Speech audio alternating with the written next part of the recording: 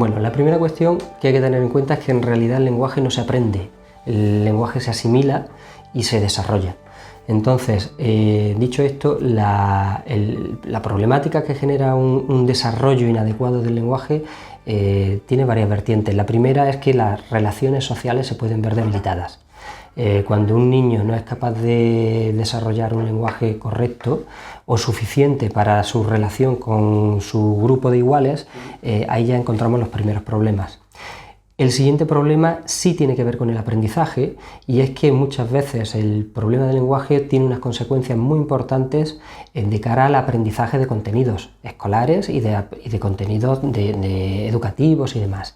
Y esos aprendizajes se van a ver mermados en muchos casos si la asimilación de información lingüística no se lleva a cabo correctamente.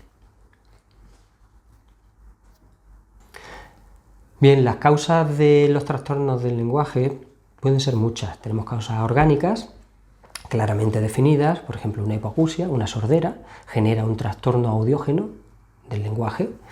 Tenemos causas neurológicas, tenemos causas del desarrollo, deterioro en el desarrollo, o retrasos madurativos, pero lo más habitual es que se trate de retrasos lingüísticos o de trastornos específicos del lenguaje. Y la verdad que a día de hoy, hasta el momento, no tenemos causas totalmente definidas o claras. Parece que puede haber una base genética, pero normalmente el origen o la etiología que se plantea son causas idiopáticas. Para ser claros, causas que no podemos todavía averiguar. Pues pueden surgir en casi cualquier edad.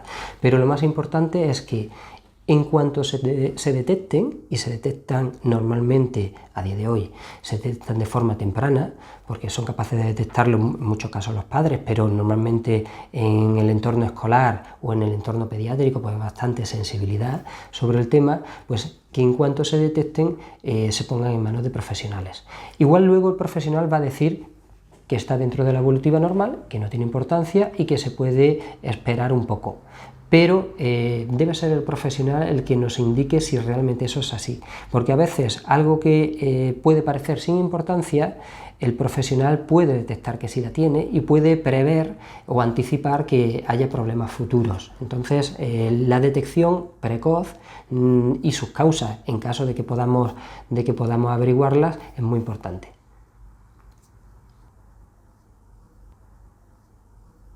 Pues mira, un retraso del lenguaje o un trastorno específico del lenguaje normalmente tiene un diagnóstico, por un lado cualitativo, por otro lado cuantitativo.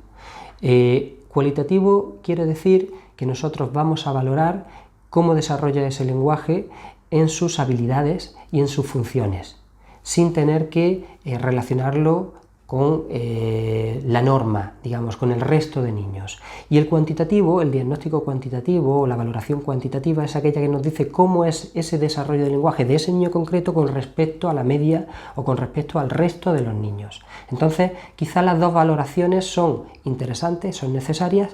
A mí personalmente, en un primer inicio, la que más me gusta es la cualitativa. Me permite obtener muchos datos, me permite valorar en mucha profundidad al niño, y en caso de necesidad entonces pasamos ya a la valoración cuantitativa.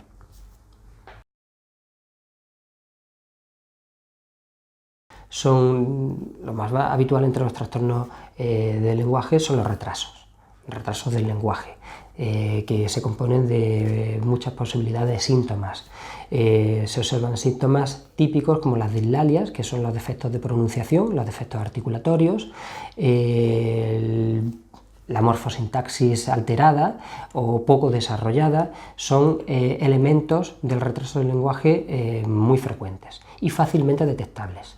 Luego los trastornos específicos del lenguaje pueden tener síntomas muy visibles, igual que los retrasos simples del lenguaje, caracterizados por problemas fonéticos fonológicos y en muchos casos morfosintácticos, pero tienen una característica muy particular, y es que son más resistentes a la intervención que los retrasos simples del lenguaje. Los retrasos del lenguaje evolucionan muy bien con la intervención y muy rápidamente. El trastorno específico del lenguaje evoluciona de forma más lenta evoluciona progresivamente, pero de forma más lenta, es más resistente y luego puede tener consecuencias también en el aprendizaje lectoescritor, que eso es algo que tiene muchísima importancia. Hoy día el que no sabe leer, el que no es capaz de aprender mediante la lectura, tiene muchas puertas cerradas en su futuro.